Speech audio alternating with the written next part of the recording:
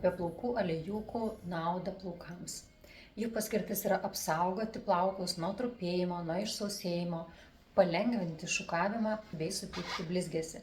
Tačiau neapsigaukite, tai nėra problemos sprendimas. Tai yra momentinis efektas, kurį jūs iškart matot panaudojus aliejuką, glotnus ir sveikai spindintis plaukai. Aliejukas tai nėra gydymas.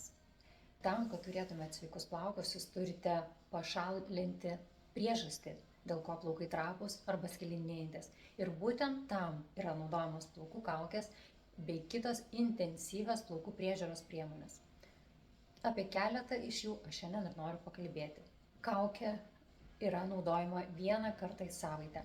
Kondicionieriai bei balzamai tai yra kasdieniam naudojimui skirtos priemonės, kurias jūs turit būtinai naudoti kiekvieną kartą po šampūno, kad jūsų plaukų žvyneliai būtų uždaryti, apsaugotumėt juos nuo pažeidimo bei palengvintumėt tolesnę priežiūrą. Kondicionieriai, pieneliai purškiami tam, kad jūsų plauko būklą pagerinti, o ypač jeigu turite plonus, trapius ar šviesintus plaukus, arba tiesiog dažote juos.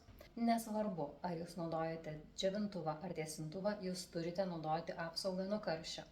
Priemonės, kurios turi laminavimo efektą. Ir jau po vieno naudojimo jūsų plaukai atrodys taip, kaip po saloninės procedūros. Jeigu turite klausimų, pasirenkant produktus, prašau parašykite man, o aš padėsiu jums pasirinkti. Nes mano užduotis yra parinkti taip, kad jūs kartu su savo plaukais būtumėt laimingos. Ir žinoma, kviečiu sekti mano profilį, kad sužinotumėt daugiau naujienų ne tik apie plaukų priežiūrą. Aš kalbu ir apie dekoratyvinę kosmetiką, apie veido priežiūros produktus ir žinoma apie kūną.